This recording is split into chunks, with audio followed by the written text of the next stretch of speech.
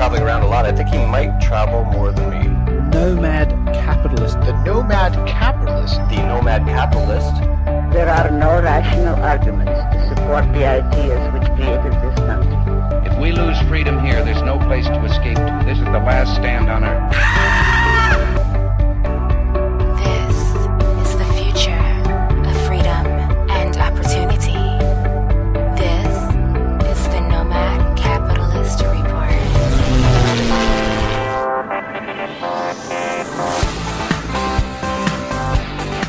From Phnom, Cambodia. Hello, traders. My name is Andrew Henderson. This is the Nomad Capitalist Report. This is where we talk about life, liberty, and the pursuit of happiness in the world's new boom markets. This is where we share the tips on going offshore, growing and protecting your wealth all around the world, divorcing yourself from your home country, and becoming geographically agnostic. And I've been reading your emails and your Facebook comments lately. And we get a lot of comments every week on our various articles on nomadcapitalist.com. People writing in through the Contact Us section. People sending us messages on Facebook, on Twitter. We get it from all angles. And if you're a member of our private club, the Nomad Society, we're getting emails from you too. But I wanted to address one email this week because I'm here in Cambodia, and a place that I love and a place that I've been speaking highly of for a long time now. And I know that some of you have moved to Cambodia and are investing in Cambodia because of what we talk about right here on this show. That has happened. People are actually taking the advice that we give, and they're going out and building their own fortunes. And Cambodia is a place with, as with many of these economies here in Southeast Asia and other frontier markets around the world, Cambodia is a place with a lot of opportunity that I think is just a place that a lot of people could go and stake their own fortune in whatever way they seek possible. So I wanted to read an email that came into us on Facebook. This email is from Kelly, and she writes, "Hi, Andrew. First of all, I would like to thank you for everything you have done with Nomad Capitalist. I am a graduating senior in high school who is aware that the value of a college education is decreasing drastically. What would you recommend to a 17 or 18-year-old kid with not much capital and who does not necessarily think a college degree is worth it? Thanks, Kelly." Now, this is an email that we get in one form or fashion, numerous times a month. This is a question that I get asked when I go to meet various small groups, when I meet new people who are just getting started in the startup scene, when I talk to members of our club who are still in the United States, still in the UK, Australia, Norway, wherever it may be, and they want to build a new life. They want to follow the tenets of Nomad Capitalist and perpetual travel, flag theory, but they're not sure where to get started. And I thought no time better than now, here in Cambodia, one of the world's most frontier markets and one of the world's most underrated places, I think, to answer Kelly's question. Now, you may know that I did not graduate college. In fact, I barely even attended college. I was enrolled at a party school, Arizona State University, for 1 year.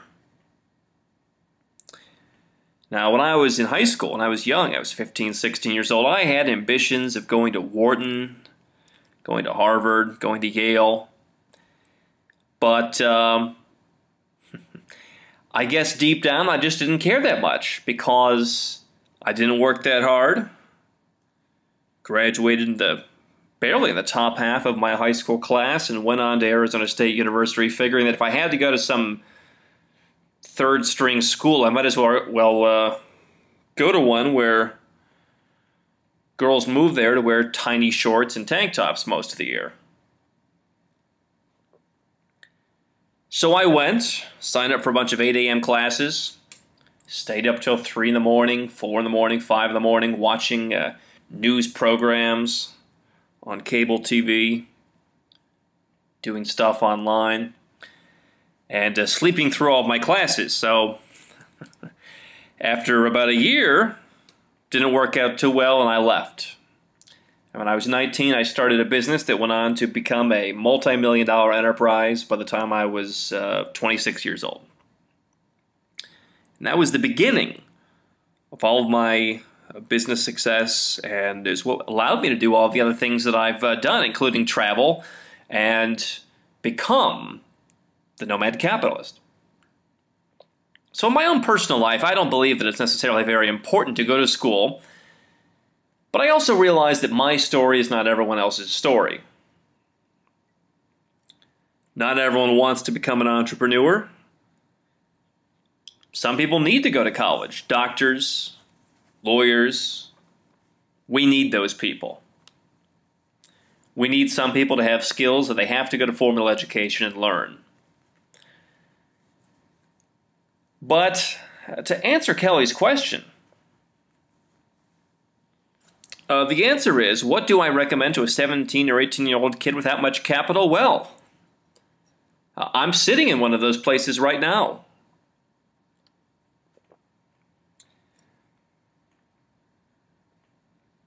Here in Cambodia, I mean, let's be honest.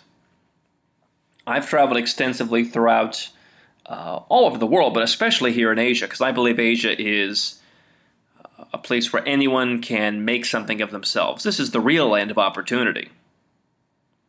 Forget whatever U.S. state claims that they're the land of opportunity. Hogwash. This is it right here. And what I love so much about Asia, and one of the reasons that I talk about Cambodia in particular, is because this is one of the places where I believe someone can come with some basic business sense, some basic common sense, and they can kind of just hit the ground running and be successful and build success over time, rather. You don't need a lot of money. You don't need a lot of money to get by, to live, to eat, to support yourself.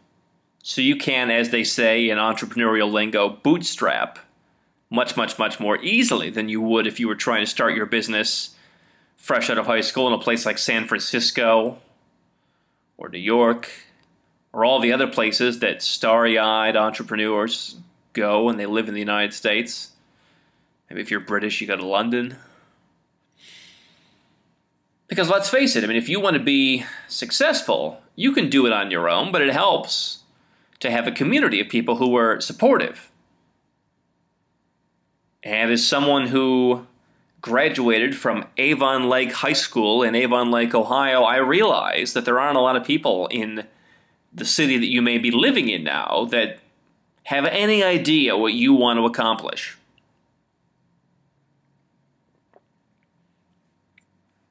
I talked to so many people who thought that before they found us, before they found this movement, that they were the only one who thought the way they did.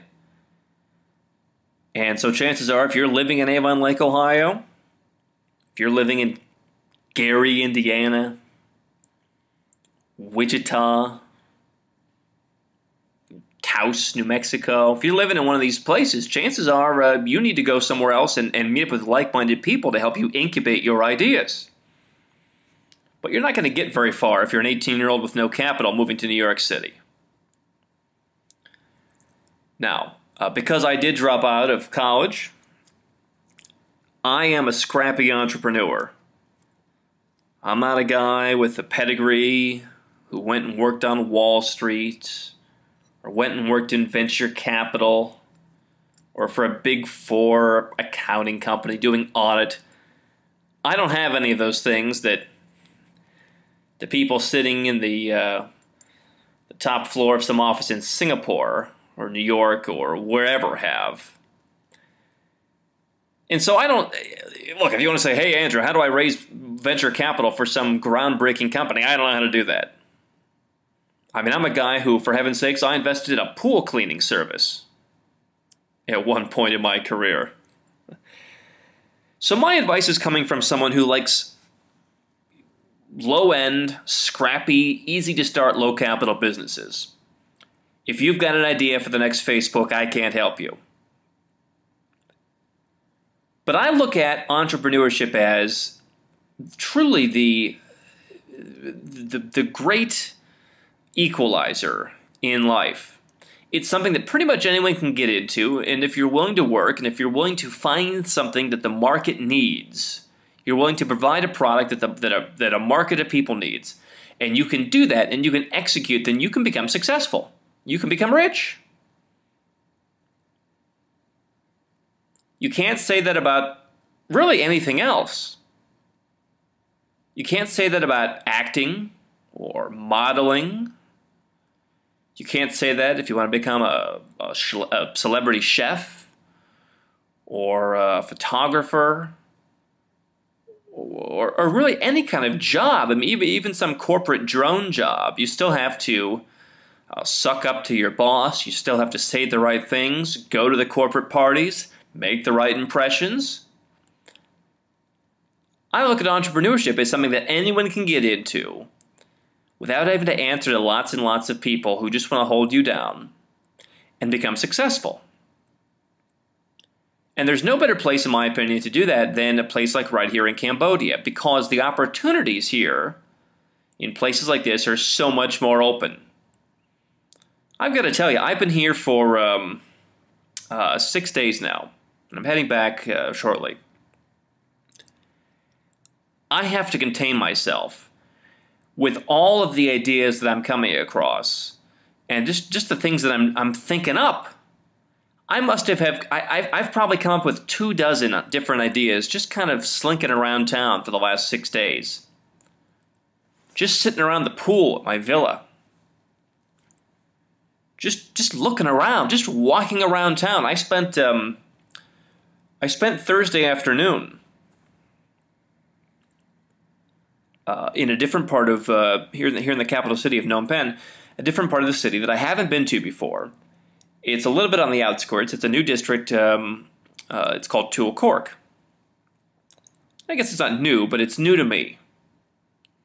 As they used to say on NBC back when they had ratings, they would run reruns, and they would in the summer, and they would say, "If you haven't seen it, it's new to you." Yes, it's been a long time since they've had ratings over there. But I went up to Tul Cork, and I spent 3 hours, and I did what I love to do when I go into a new city. Put on my walking shoes, and I just walked around town. Walked up and down the alleyways. I walked down the streets, stepped over some trash, got a little dust on my shoes. Just watched life, observed, looked at the storefronts as I walked by. I poked my head into a few, actually, and saw what people were selling, what they were charging. Walked into a home supply store and talked to the owner of that store a little bit about how it worked and what's going on with construction in that area and what people are buying, why they're buying it.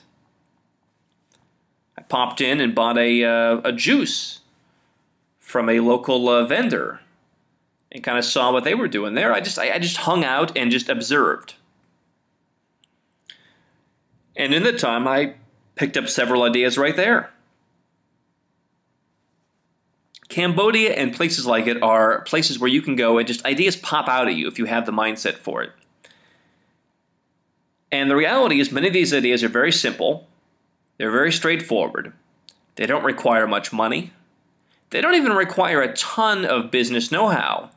I mean, there are still plenty of ideas for restaurants and stores that you have probably become very accustomed to if you live in the West or you live in a developed country, but that aren't even on the map here in Cambodia. For example, I was talking to a friend of mine the other day, a guy who's run restaurants in Arizona and Texas for over a decade now. And he's mainly worked in Mexican food. And I was talking about how where I am in Malaysia, and here in Cambodia as well, there's very, very little Mexican food. It's starting to come on board. But there are certainly some niches that I think would be interesting to a lot of people, such as like street tacos and other aspects of Mexican food that aren't really being done here. And that people that I've talked to, locals have expressed a lot of interest in. Well, I'm not saying I'm advising you to go into the restaurant business. It's certainly a tough business anywhere, but that's just one idea that you could spend 5 minutes and just make an observation and say, there's an opportunity. If you have experience in a certain industry, chances are there are a lot of business-to-business opportunities. But there are also a lot of opportunities just to sell things that aren't available in many of these countries. Now, I can't come here and I can't write the business plan for you because I don't know you. I don't know Kelly. I don't know most of our readers. Obviously, I can't know the best opportunity for 111,000 people every month. But what I do know is that if you're looking for somewhere to come and you want to be in business for yourself and you don't have a lot of money and you're young, especially if you're young and you don't have a lot of experience, that the learning curve here is a bit more sympathetic, that you'll have less competition, less cutthroat competition in most cases, and that you could just come and do your thing. Now, many of our listeners are successful. They already have their own business. They're looking for ways to protect their money. They're looking for ways to build their business bigger and bigger, optimize the business they have. And I think that for those people, for those of you who already have a business, coming and following flag theory, following the tenets of Nomad Capitalist, is a great way to continue building that business. Moving the business offshore, opening new markets like in places here like Southeast Asia.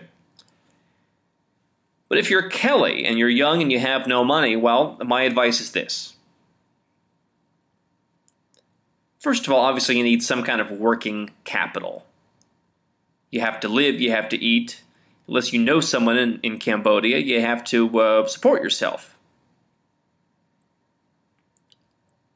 I'm a big fan of the emergency fund. I'm a big fan of a reserve. I've believed in that my entire life.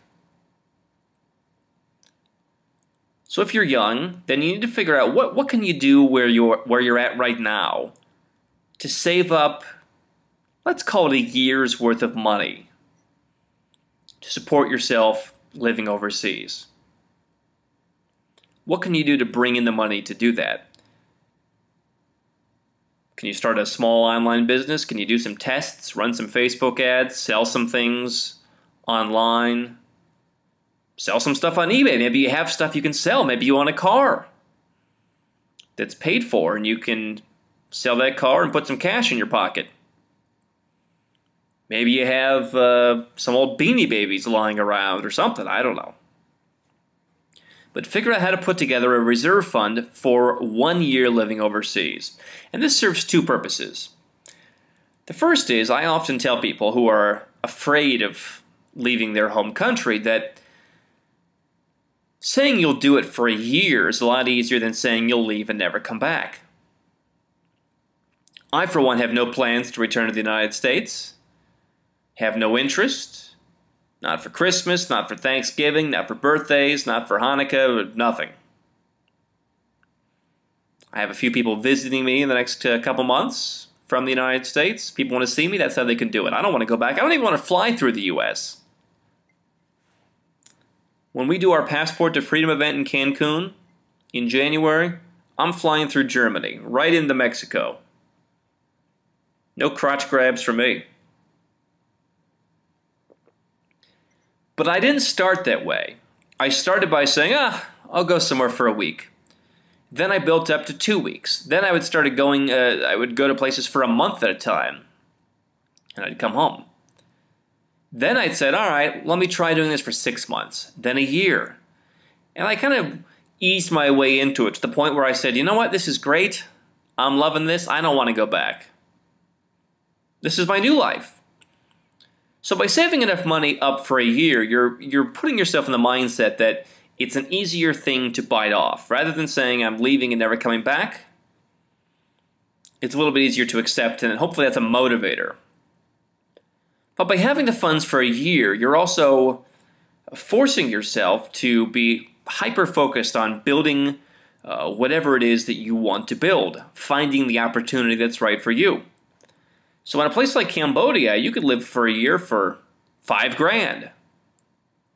Prices are going up here. Rents are going up. It's easy to find a place that's $1,000 a month rental. But if you're willing to rent a room, if you're willing to live in a hostel, live in a cheap hotel, willing to eat street food or cook at home, eat just rice, if you're willing to walk to places in your neighborhood rather than hiring someone to take you everywhere, then you can live for several $100s a month. Here, in Thailand, in various places all around the world. Even some places in Europe, you can live for less than $1,000 a month. That's not what we talk about here at Nomad Capitalist. I mean, look, I spend more money living in Asia than I've ever spent in the United States because I want to live that lifestyle. But the question is, if you're just getting started, where can you go to get costs down to the bare bones?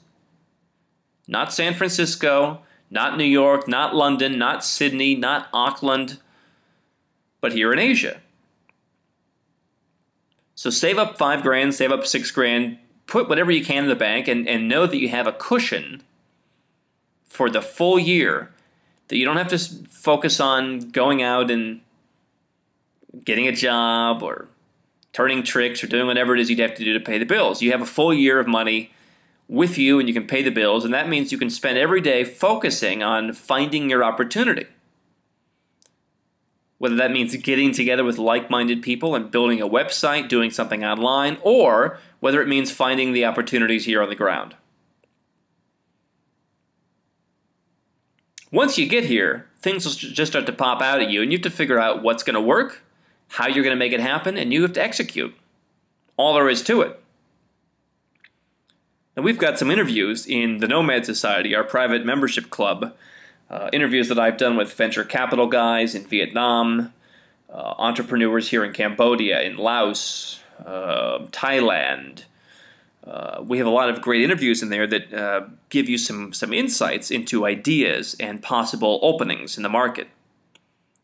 I did an interview with the CEO of one of the world's 30 largest banks in Vietnam. That's in there, his thoughts on Southeast Asia as a region for investment and entrepreneurship. So if you want to learn how to do a lot of that stuff, then the Nomad Society can help you. But my advice to people like Kelly is you just have to make it happen. And from there, the opportunities will jump out at you. We put up an article this week on why I'm investing in Cambodian real estate. I'm also going to be putting a lot of information on that into the Nomad Society in the coming months. I'm actually purchasing a property in Cambodia, and I'm going to be walking members through step by step as the process goes along what I'm doing to use that property as an investment. So that'll be coming up in the next month or two for our members, and you can read all about what I'm doing at nomadcapitalist.com. To read more of your emails coming back, you can send us an email by going to nomadcapitalist.com and clicking on Contact Us. Always happy to receive your feedback, your comments, your questions. Maybe you just want to rant and jump up and down. It's all fair game. Just go to nomadcapitalist.com and contact us. More of your questions coming up.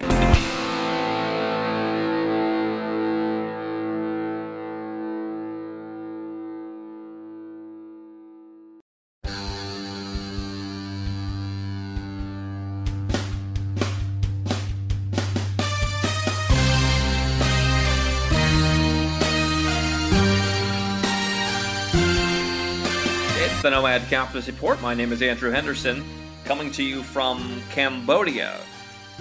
Hanging out here by the pool, enjoying the great dragon fruit milkshake. Oh, you better believe it. NomadCapitalist.com, the website for all of our latest field reports, including our most recent about the greatest and most famous Ponzi scheme in history. If you're an American, you do not want to miss this one. That and everything else we put out for free at nomadcapitalist.com.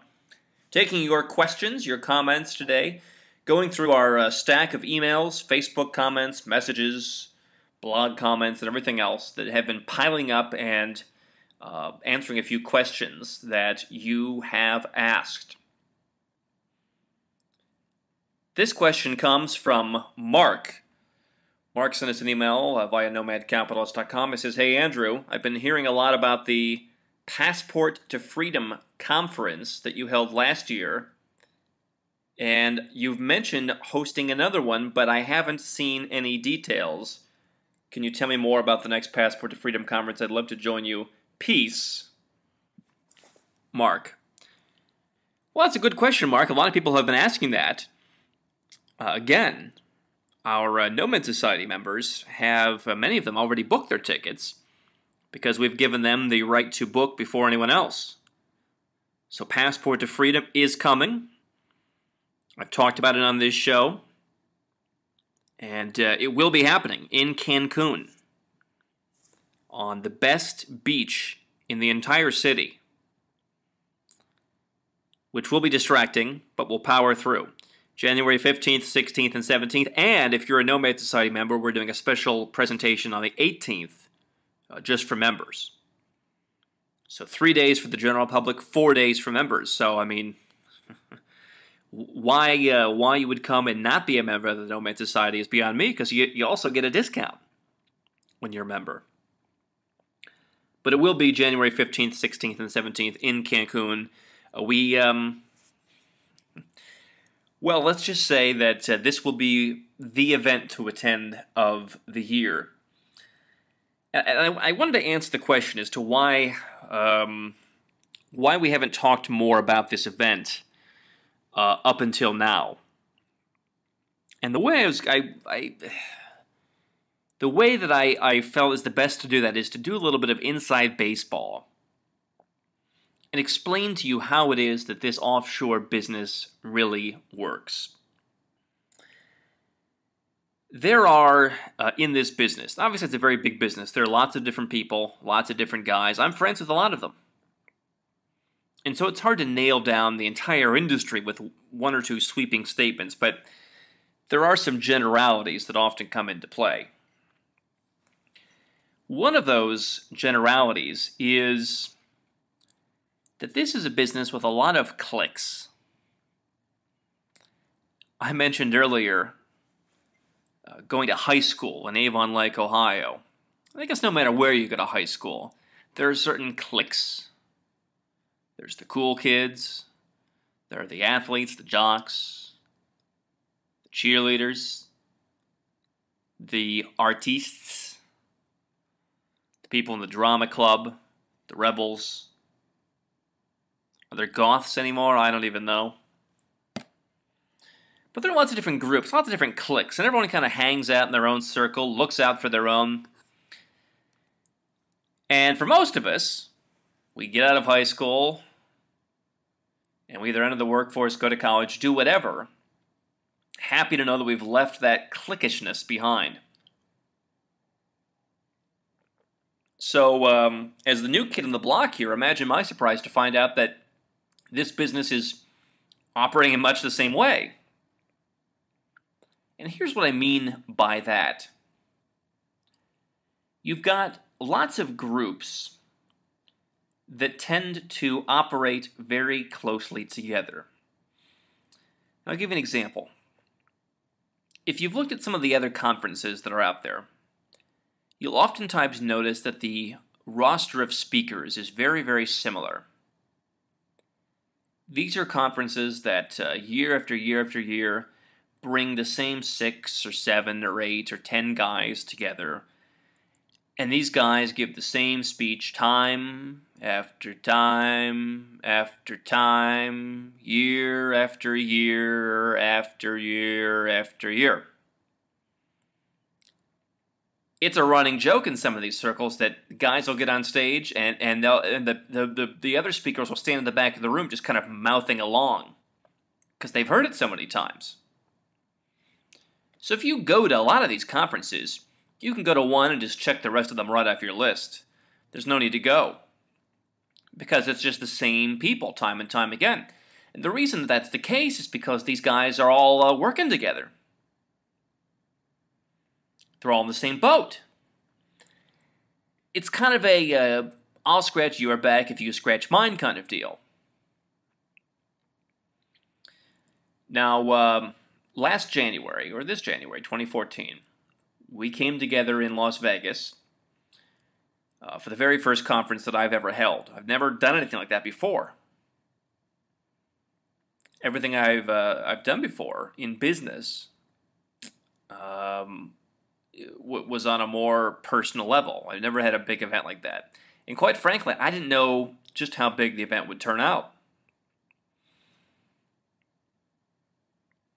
But we hosted this conference, and it turned out to not only be the best attended conference of the entire year by most accounts, but certainly the best attended inaugural conference in this business ever.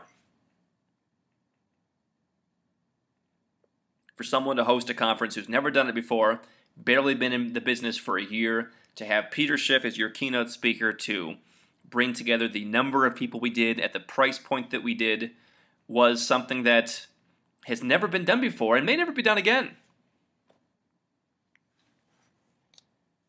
And I have to admit, there are people who said, Andrew, we loved the conference. Like 98% of people who came. I think one person was upset about something, I don't know. But everybody who came loved the conference, and they said, we'd love to come back. When's the next one?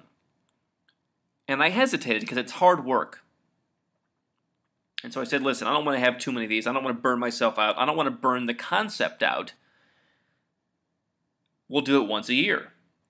So that's why January 15th, 16th, and 17th, which if you're in the U.S., if you're a U.S. person, is Martin Luther King weekend. So you've got the Monday off, which is why that you can come and afford to spend the 3 or 4 days in Cancun. But it was hard work at bringing together all the speakers that we had, because what I tried to do at our first event was to put together a roster that you couldn't find anywhere else. I wanted someone to be able to come and get the complete solution from this conference. And there are probably guys who came to that conference who think that I'm a little bit silly. Maybe they would even call me a sucker in the way that I set things up, because the goal of me inviting speakers to that conference was not to extract revenue from every speaker who had something to pitch. I wasn't out there doing, big negotiations with guys to come and, present their latest scheme. That's not what I wanted to do. I wanted real content, real information, real happy attendees. That was the priority, is you. The person who's paying $2,000 to come and sit in a hotel for 3 days and learn this information. And we were successful because everyone who came said it was a great time, they want to come back. So, mission accomplished. But where these cliques, where these cabals in the industry come into play is that I refuse to play ball with those people. I refuse to be lumped into a clique or into a cabal, because it wasn't that long ago that I was exploring some of this stuff myself, and I wanted unbiased information. And when I set this up, when I set up Nomad Capitalist, when I set up the website, when I set up the articles, when I set up everything that we're doing, and then when that extended to an event, I said that I'll be damned if we're going to have a business or if we're going to have an event that revolves around going out there and selling access to the highest bidder, or that involves going out and being part of some syndicate of guys who all rub each other's backs and they all put a big pile of money in the circle and they all just kind of rub it all over themselves. I don't want to do that. Quite frankly, I'm here in Cambodia, I'm looking at real estate opportunities. This is what I've been doing for the entire time. This kind of stuff is exactly what I've been doing for the entire time that Nomad Capitalist has been in existence. Nomad Capitalist started as my personal journal for finding investments, finding a place that was right for me, finding ways to grow my money and also to protect it after I had successfully run a number of businesses and I wanted something different. I never intended for this to be the kind of thing where Peter Schiff came and spoke on my stage, because I was always too busy figuring out how I could make more money. So I don't need to go out and host conferences and go out and try and squeeze a few bucks out of some guy to come and pitch something that I don't believe in. But that makes it harder to put on a conference, because I don't just have to, I can't just pick up the phone and call one guy and say, get the posse together and bring them all to Las Vegas, or bring them all to Cancun, and make sure they bring their big bag of money to pay me off, because that's just not what I want to do. I refuse to be part of one of these cliques, and that makes things harder for me. And maybe it makes things less profitable for me, but I believe it's the right thing to do, and I believe it's the right thing for you, the reader, and for you, the attendee. So what I'm doing right now is I'm working with a lot of great speakers who have a lot of great content.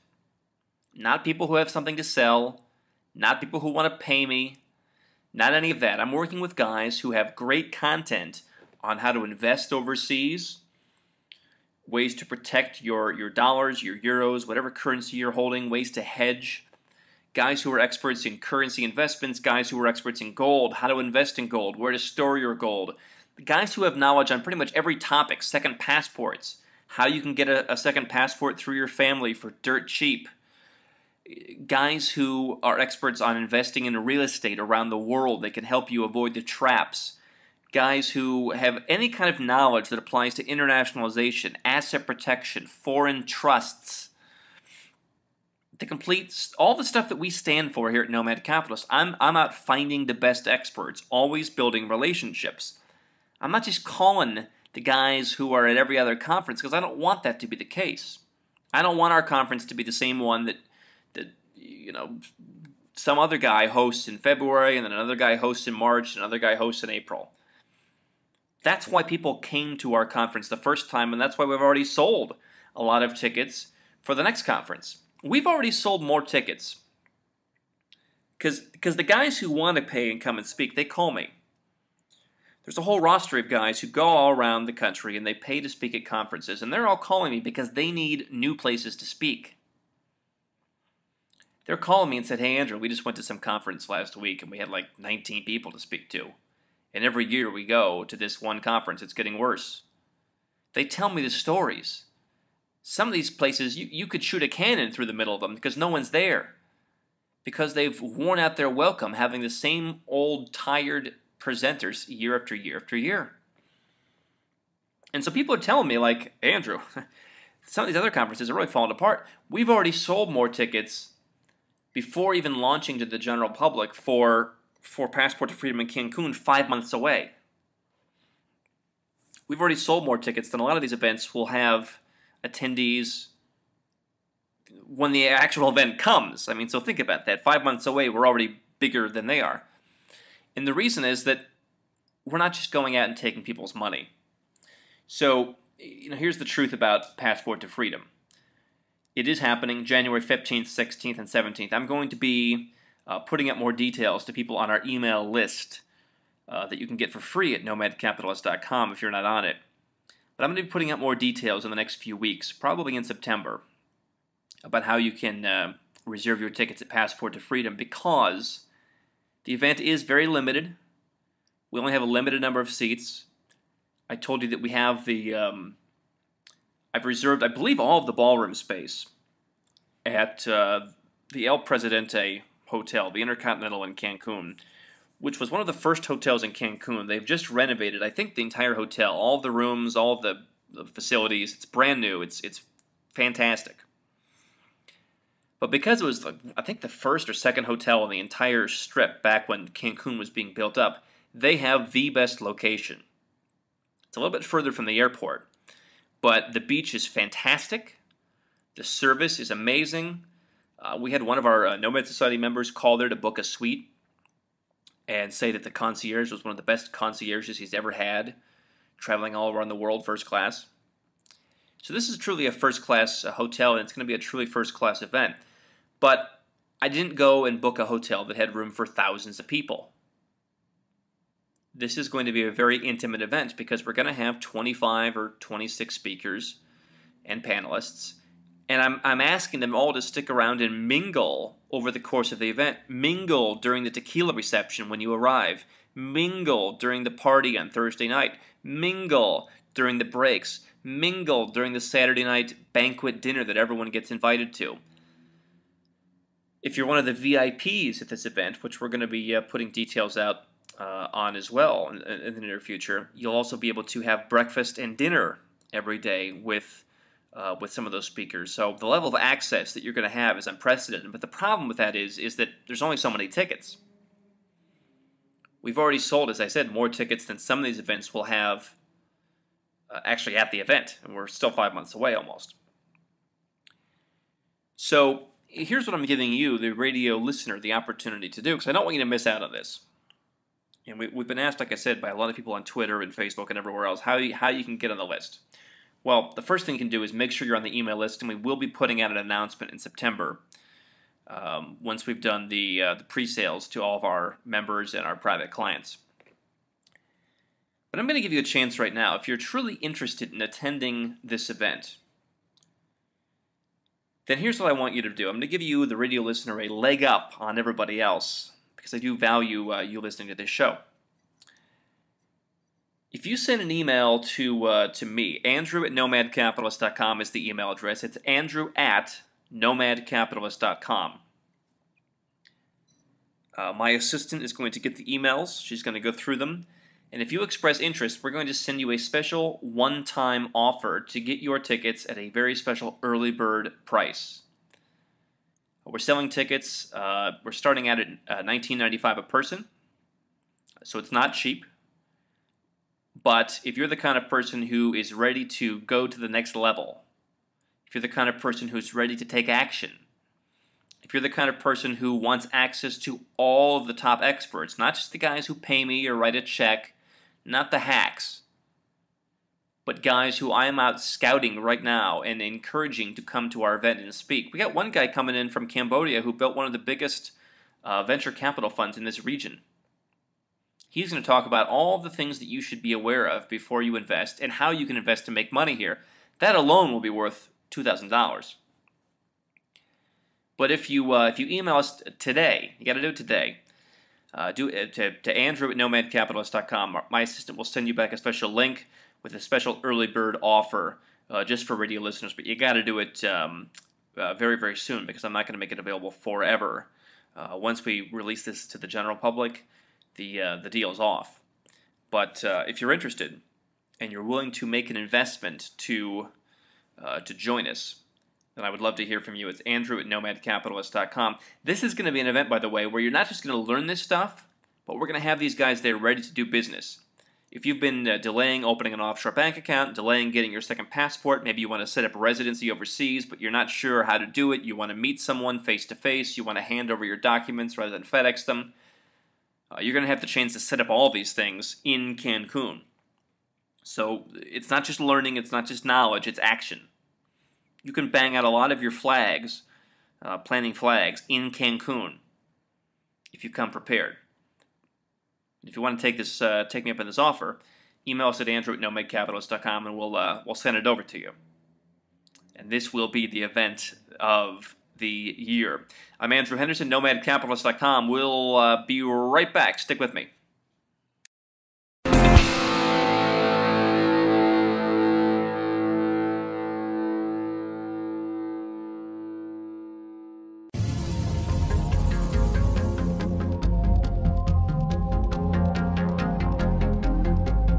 Cambodia, my bastion of opportunity for today. That's the takeaway. You can learn more about it in our field reports at nomadcapitalist.com, more in the Nomad Society, and we will be talking about it in Cancun. All the details in our free crash course, nomadcapitalist.com.